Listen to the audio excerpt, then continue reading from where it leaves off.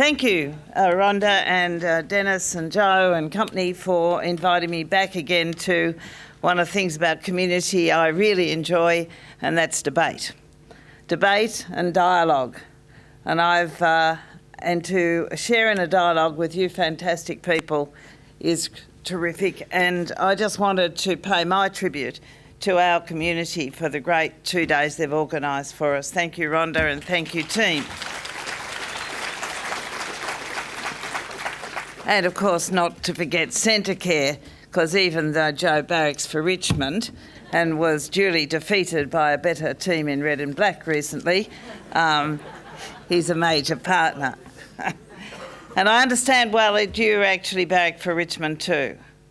Sorry about that, but not about the win.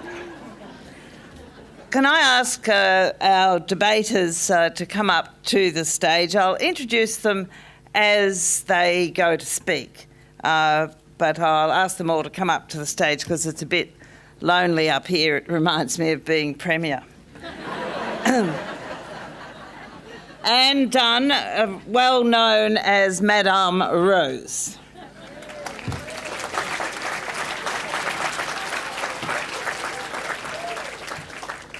Thank God it's not a spotted dress. Oh yeah, you could have at least done it with the stockings. Thank you. And secondly, Waleed Aly, who is the leader on multicultural issues, spokesman for Islam Council. Waleed. And next is John Roskam, who's the Executive Director of the Institute of Public Affairs. This is a historic moment. It's the first time I've sat on the same side as John. But it's on the right. First on the right. You're further right than me, though. And last but not least, Karyn Walsh, the President of QCOS, the Queensland Council of Social Services. I forgot to tell you what Anne does. You can't actually describe what Anne does. I was told by one of her fellow countrywomen this morning that whatever Anne says, it'll be inspirational. She didn't actually tell me that whatever Anne dressed in would be inspirational. But Anne has been associated with inspiring and empowering women and communities for a long time, particularly rural communities, arts communities, and she is currently chair of the Australian Government's Regional Women's Advisory Council. So how we're going to run this is normal debate rules with a bit of humour thrown in. Each speaker will speak for 10 minutes and then there'll be a summing up by one, or they might share the summing up at the end. They'll be strictly on 10 minutes, though even though our communities are good organisers, they did forget to give me a bell. Now, has anybody got a bell in the audience? What's the matter with you? I thought community organisations had everything. Anyway, I'll use the old glass strip. You can decide whether the glass is half full or half empty. I've got the pleasure of introducing this debate, and I have to say I was rapt with the topic. Elected government, federal, state and local, should decide on community priorities because the only place to influence policy is through elections. Ladies and gentlemen, despite the biased introduction by your chair to this topic, my colleague Waleed and I have taken it very seriously.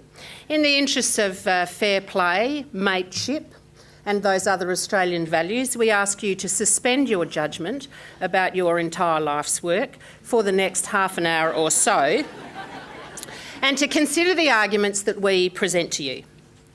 The Bolshe proposition that, as presented, asks you to consider who should decide on community priorities and suggests that the community should voice its view on policy through casting their vote and then trust the elected governments to make the best decisions on behalf of the whole community. An admirable proposition, if I might say so. Now, I'm in a unique position to enlighten you on this matter, and I want you to take my credentials to your heart.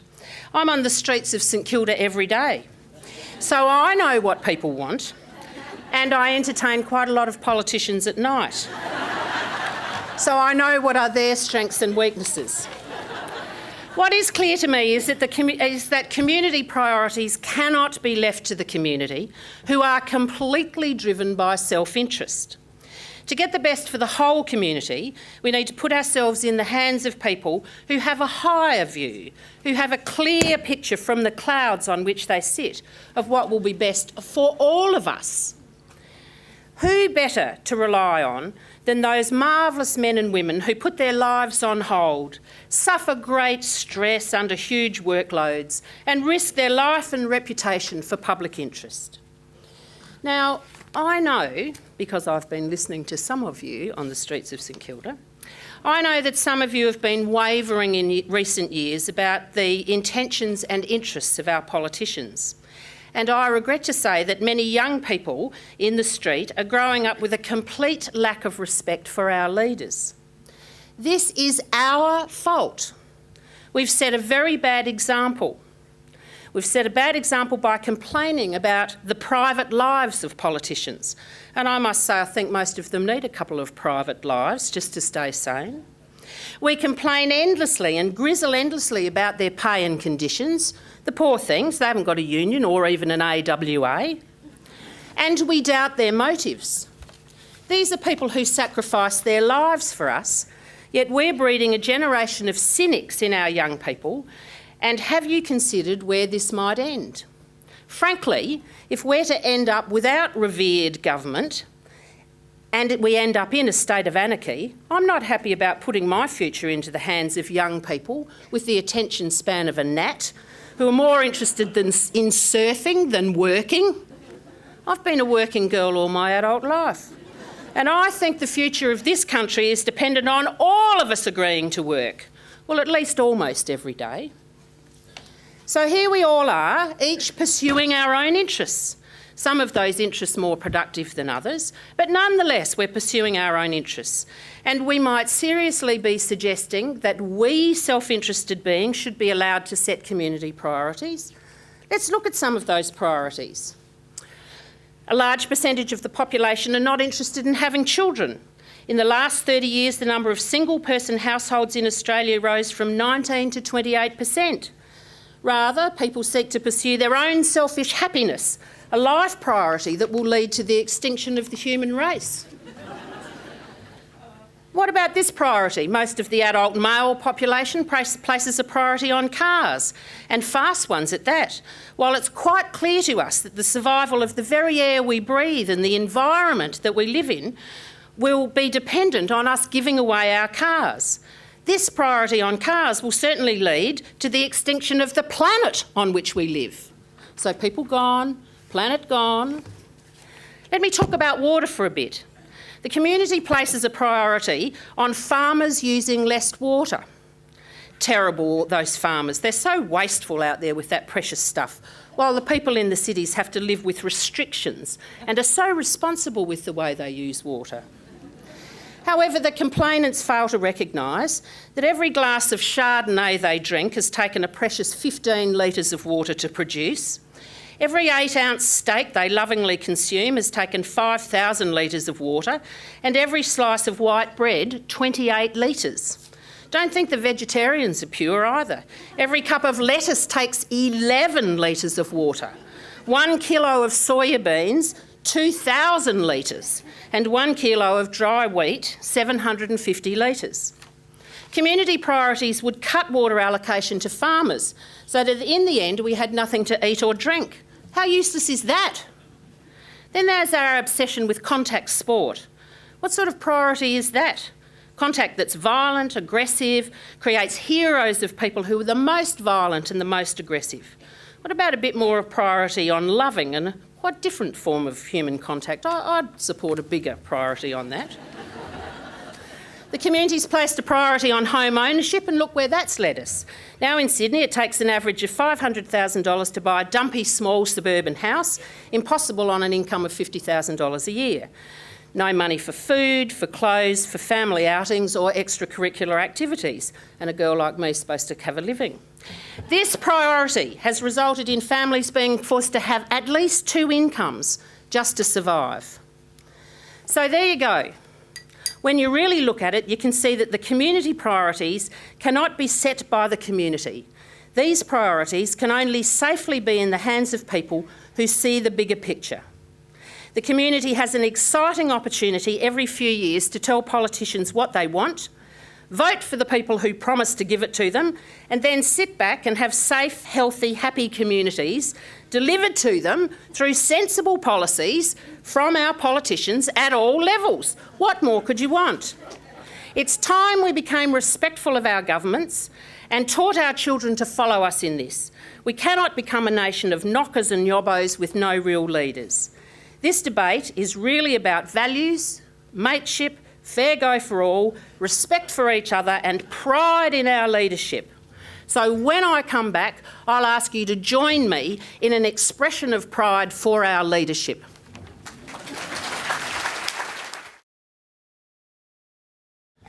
Rhonda said to Karen and I 5 minutes ago, or before the debate started, be funny. So we struggled with being funny, but I reckon it's pretty funny that Rhonda has asked me to follow someone wearing red feathers in this debate. The only funny line that I know about government is the one about, and I'm here to help. Joan actually probably won't remember this, but we spoke, Joan and I, in October 1992, and it was probably about October 6 or October 7 or October 8. And I remember it pretty vividly because we'd just come into government and we received a phone call, and I took the call from the former Premier of Victoria. The Kennett government had just been sworn in a few days earlier, and the former Premier was ringing the Education Minister because she was aware that over the weekend some school relocatables had burnt down. The school wasn't even in her electorate, and she was just ringing to make sure that in the transition to government we made sure that the department quickly dealt with this issue. And I must say it always impressed me that even though Joan had left government then, she didn't stop caring. So it's an honour to be here at this debate being chaired by Joan. What Karen and I are going to talk to you about is the fact that government can't be trusted, most of the time gets it wrong, and usually has no idea what it's doing. If we are talking about only allowing elected officials to decide our priorities, as Joan said, right now most of us can go home. Fortunately, none of us believe it. I'm, by and large, a believer in democracy. By and large, I think the Australian people get it pretty right when they make their decisions. I, by and large, think that the Australian people have a great degree of common sense, unless they're unlucky enough to barrack for Collingwood. But not even Eddie Maguire has all of the abilities that we now demand from our public servants. What government relies upon is all of us making decisions. There's no such thing as government making decisions, as government decisions. Ultimately, these are decisions of ourselves and of our communities and of the groups that we work with and our families and of civil society. The vote once every 3 or 4 years is merely a shallow reflection of the myriad of things we do every day. I mean, if we look at how governments determine priorities in reality, we'd know the sham of most government decision making. You know, many of us have been involved in government, and we know you never appoint a committee unless you know the answer first. If you don't get the answer that you want, then you try and try again. If you don't get the answer you want, then you haven't been doing your job properly. In the good old days, there used to be a great degree of debate in federal government, and many of you would remember the old-fashioned model of government at the federal level issuing green papers, which were the big radical reform proposals, and then after a period of consultation there would be the white paper, which was the government publishing its final decisions. After a while, most people realised what a joke this was, and there emerged a form of humour which talked about how do you turn a green paper into a white paper? Well, actually, you simply photocopy it. Once upon a time, government was easy. Or, certainly government was easier than it is now. The great reform challenges of the 70s and 80s in the economic field were things that governments and ministers and advisors and public services could handle. The floating of the dollar, tariff reform, changes to the banking system were simply most of the time made by a decision of a stroke of a pen. But now, the big social, educational, health, welfare issues that we struggle with every day don't have one simple answer. They have a myriad of answers, and not one single one of us knows the answer to every problem. But we expect government to have the answers, and quite frankly, government doesn't have the answers. The answers rest with us. Government is good at doing lots of things, but government is not good at handling diversity. Government is not good at handling difference. In a nursing home, when people say they would rather be served dinner at 6:30 rather than 5 o'clock, most of the time the system can't handle it. Turn that into a system with tens of thousands of people into a model, and we see the model breaks down. Governments can't handle risk, and the big issues of the future will deal with risk. Governments can't handle controversy, and they certainly can't handle peasants revolting. I was fortunate enough to be at a Housing Commission estate a few weeks ago, and I had an incident of, or an example of how government doesn't like risk. There was a tenants' union that had a grant of a couple of $100, and of course, is there anyone from DHS here? Probably most of you. Anyway, I won't tell you where it was, and that government grant of a couple of $100 was audited by a Big Four accounting firm at a cost of at least $4,000. That's what government does. And I'm old-fashioned if we're talking about who we'd rather have to spend the money and decide on the priorities. I'd rather it was us other than the government. The IPA last year published a major discussion paper on reforms to mental illness services and physical disability services. As that paper revealed, over the last 10 years, spending on those services at the federal and state level has increased by more than $3 billion, more than 70%. As we know, dramatic improvements in funding for key social policy issues. But if government thought these issues were as important as we all do, why are no outcomes measured?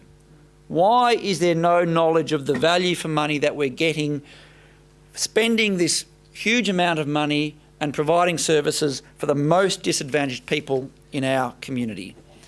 So what I've presented is what government actually does, what government is, and the weaknesses of government.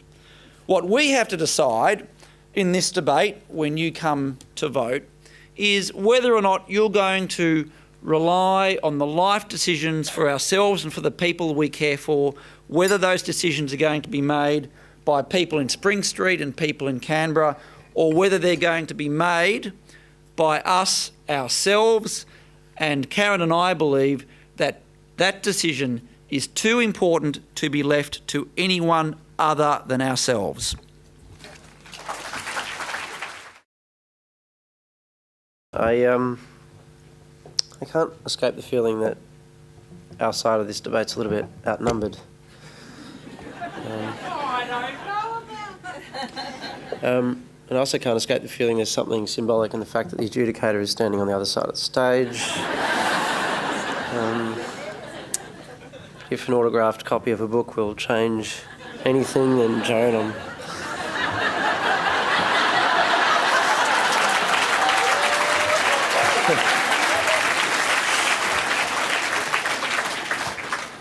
In fact, I know it's your birthday soon, isn't it, Joan? There's something last year about that. Those who are here might remember it. But I won't sing anything to you. I just thought I'd say happy birthday. I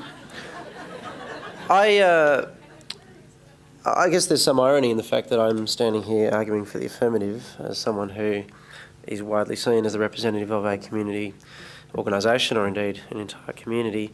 What that means is that I am speaking here today against self-interest. And that means I must be right.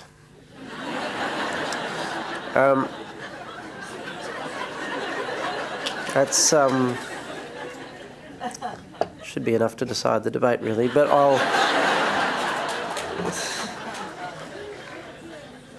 you give a lawyer 10 minutes, you're going to get 10 minutes, so I'll keep going.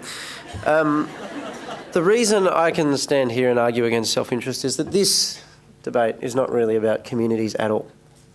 You might think that. It's at a communities conference, mentions the word community in the title. All of these things are distractions. Do not be fooled.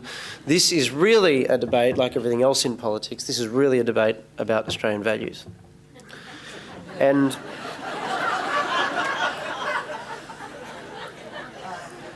Australian values like secularism, like the free market. These are all uniquely Australian things, I'm sure you'll agree. But most of all, about democracy.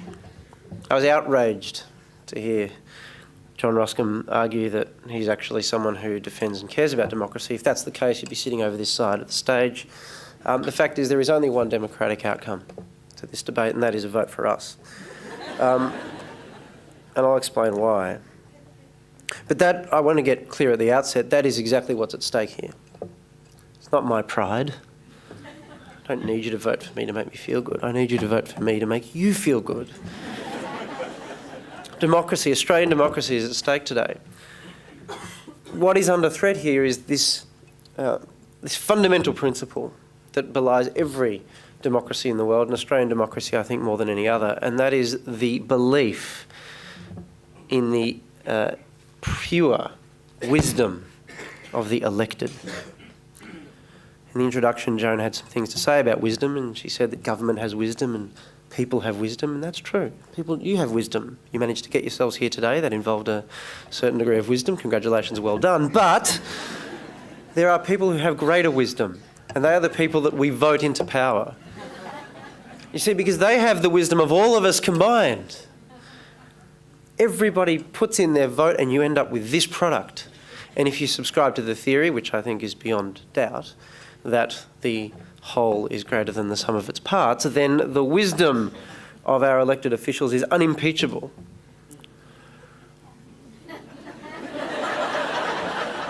And I think you should reflect on that before you cast your vote today. Because if you consider voting for the other side, what you're in fact doing is exercising the deficiency in your wisdom. But this principle that the elected have an unimpeachable wisdom is under threat at the moment in ways that we've never seen before in this country. The recent push in every state, and obviously as a federal campaign for the introduction of a Human Rights Act or a Bill of Rights is perhaps one of the most disgusting developments in Australian political life, because what it does is it says that we're going to take power away from elected representatives and give them to other people who we think might have wisdom, such as judges, so on, people like that. And this is a problem because if we start to doubt the wisdom of the elected, we prevent them from being able to do very, very important things, such as, torture people in the search for information. It's very, very important that they have the power to do this where necessary. They're sensible people. They exercise the wisdom of all of us. At least I think that's right. What we have to do, given this sustained attack, is that we have to reassert this principle. We have to reassert the wisdom of the elected, because without of it we lose democracy. Without of it we may as well just turf democracy, decide who it is that has wisdom and make them governments for life. We should know, I know all about that, my family's from Egypt. This is the way in which society should develop. And this really begins with considering the relationship of government to communities. What we have to do is figure out how we're going to calibrate that relationship in a way that preserves Australian values. And the two values I want to talk about here, obviously, are tolerance and democracy. How do we deal with the uppityness of community groups while being tolerant of that, while at the same time defending our democracy? And I think that the fact that we are tolerant is reflected in the fact that we need to strike a middle path here. Let's not be extreme about this. So community groups, I think, should still be allowed to exist. We shouldn't outlaw them. But we have to balance that with democracy. And so the democratic solution is that we must treat more favourably those who don't disagree with elected representatives. Because they are the only community groups that are not engaged in some kind of shameless attack on the will of the Australian people. So what governments, I think, need to do, in accordance with Australian values, and particularly in accordance with the mechanisms of the free market that we hold so dearly, we can't just ban these groups. So what we need to do is instead incentivise.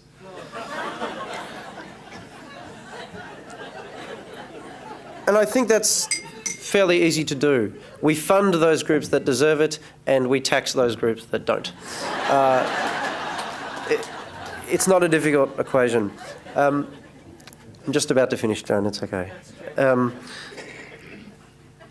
Because I think that those who insist on lobbying government, or at least putting forward arguments that are different to those of government, deserve a tax, really. Why should the government be rewarding those who are attacking the Australian people? Our fashionably totalitarian opponents on the very far left of the stage are in fact putting forward a proposition that would demolish democracy.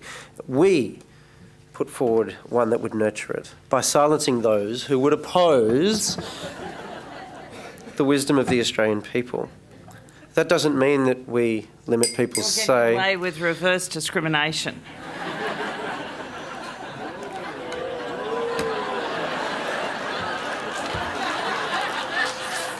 This is what you get when you have a totalitarian chair.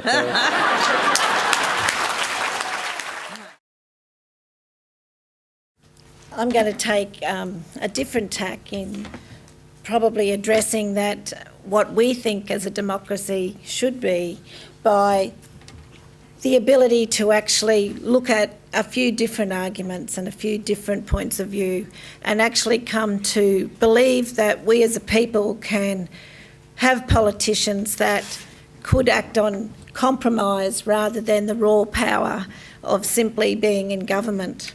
And I'm speaking against the proposition that politicians should have the legitimacy to set community priorities because of a number of reasons. One, they don't represent who the community is, and nor are they in touch with the lived realities of the people and the diversity and the history of this country. When I went to look at the Constitution, I thought I might get some inspiration for today about what's the mission statement that our politicians worked for. What are the values and beliefs and the rights and the principles that our politicians are safeguarding, including the right to maintain a democracy, the right to hear what different people believe in, the experiences that have oppressed people, or believing in the Indigenous people of our land, giving them the rights to be valued and respected for the first people of the land. And there are no such words in the Constitution. So the first reason why I'm against simply letting our vote determine who sets the priorities is that we as a country don't have a statement that we can hold them accountable to. We don't have a statement in a constitution that says these are the principles that we believe inform a civil society and a democratic society. So we can't leave it to the politicians so that we just vote and then they take over. Often when we're preparing to go and see politicians in Queensland, we're told they read nothing, they don't listen, they'll be talking to you about what they're doing. You've got to put everything in concise, 3 dot points. In one event when we were talking about we wanted to see the government address a whole of government approach to poverty, we were told, well, you have to get it in 3 dot points. So why would any of us want to reduce ourselves to a point of view in 3 dot points and leave the politicians to decide those priorities? Often the issues that we come up against and the information that politicians need to set priorities is hidden amongst the power of the marketplace. It's hidden behind the power of who is elected, and it's also hidden by the power of who we are as a community sector.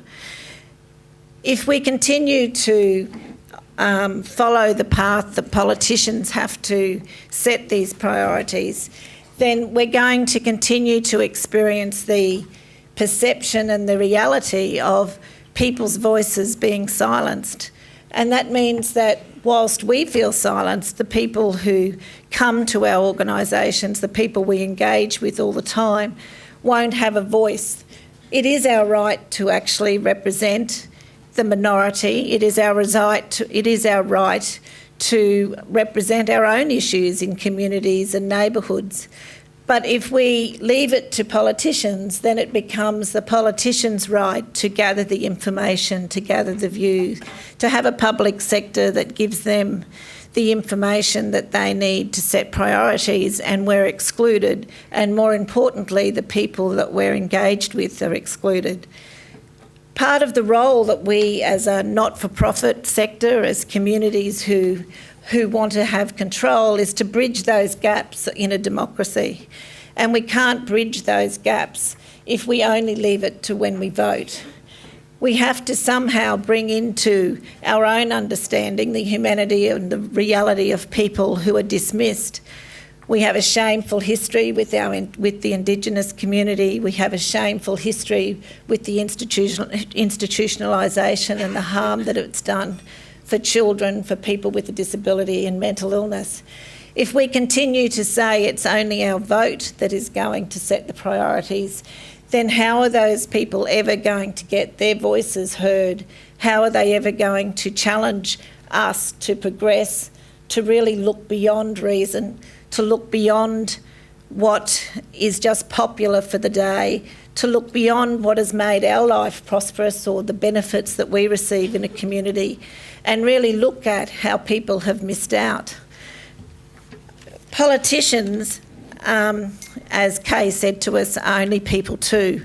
And I think as a democracy, limiting it to the vote is not enough. We really have to bring together the different groups to talk to each other as we do, and we really have to bring together the most marginalised to speak with the politicians so that we can set new agendas and we can have the vision of a just and a democratic society.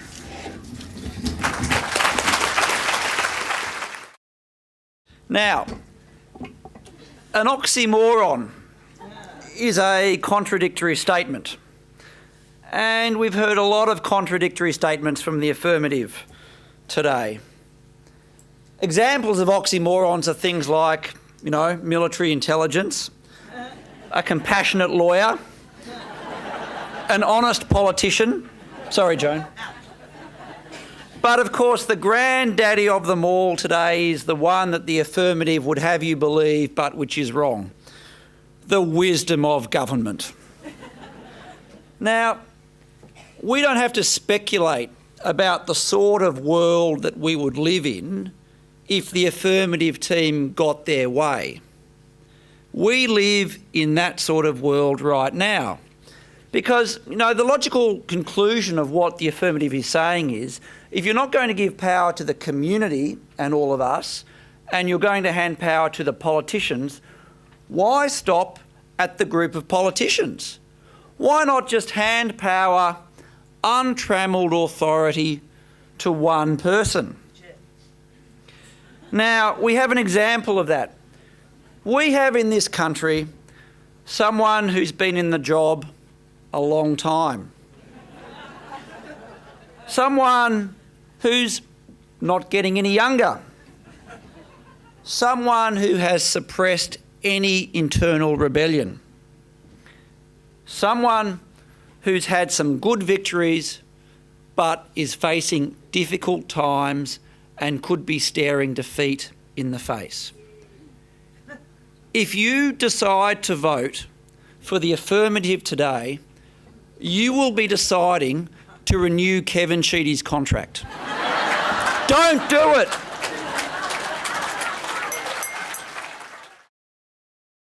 I think the main reason that we have to vote against the affirmative of limiting our role to the vote is that if we do, we will be participating in the continuing death and demise of democracy in our country.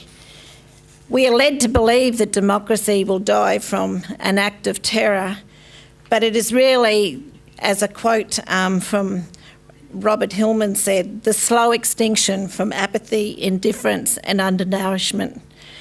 I think that we have to vote against and believe in our own power as advocates for communities in control, that our challenge is not to limit ourselves to our vote, but to be the alternative to apathy through active participation, the alternative to indifference, to be well-informed debate and to participate and create that debate, and to be the alternative to undernourishment so that we can continue to nourish and advocate ourselves and our communities so that all Australians can participate in the social and economic well-being of the country.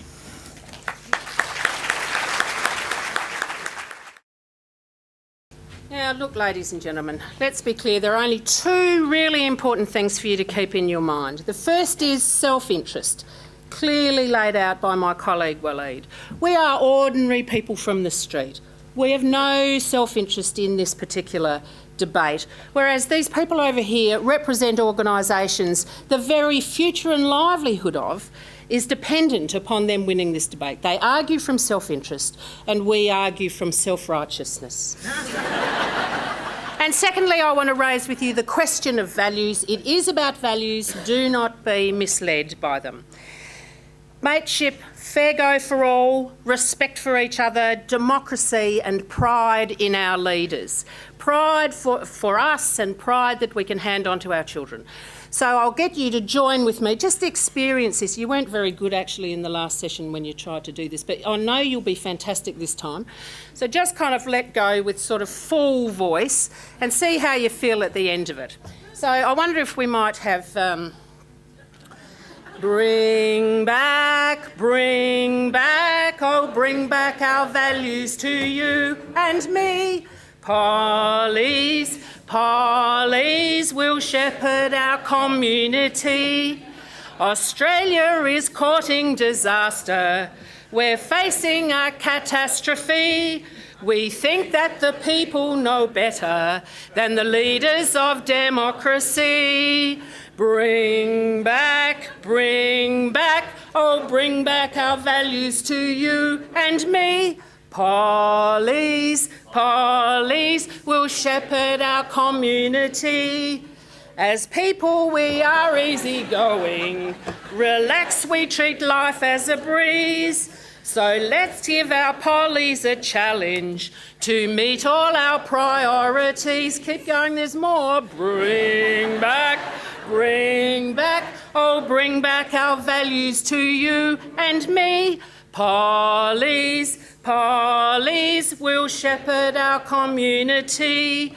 The poor and the weak and the homeless rely on our politicians to make sure their needs are considered, not passed in the life auction.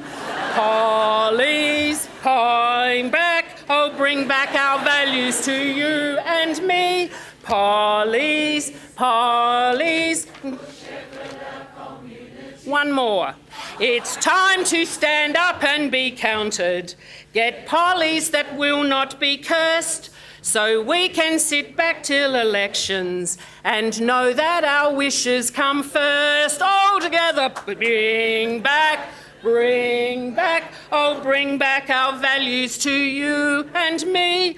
Pollies will shepherd our community.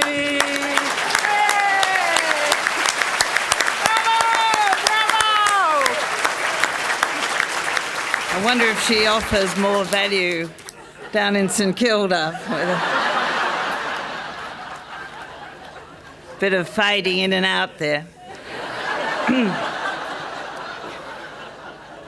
Well, that's the beginning of the debate. It's a debate that we're all involved in almost every day.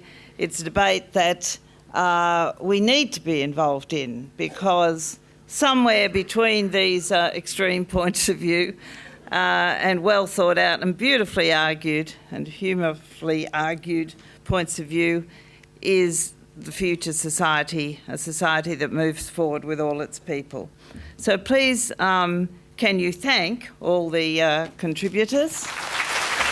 Karyn, John, Waleed and Anne.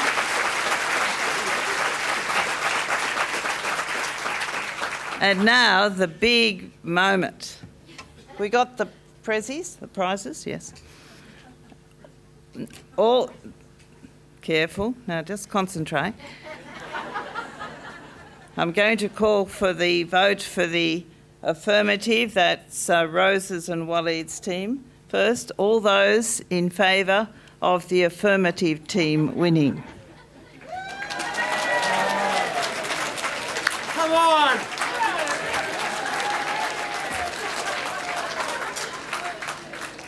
Thank you. All those in favour of the negative team winning.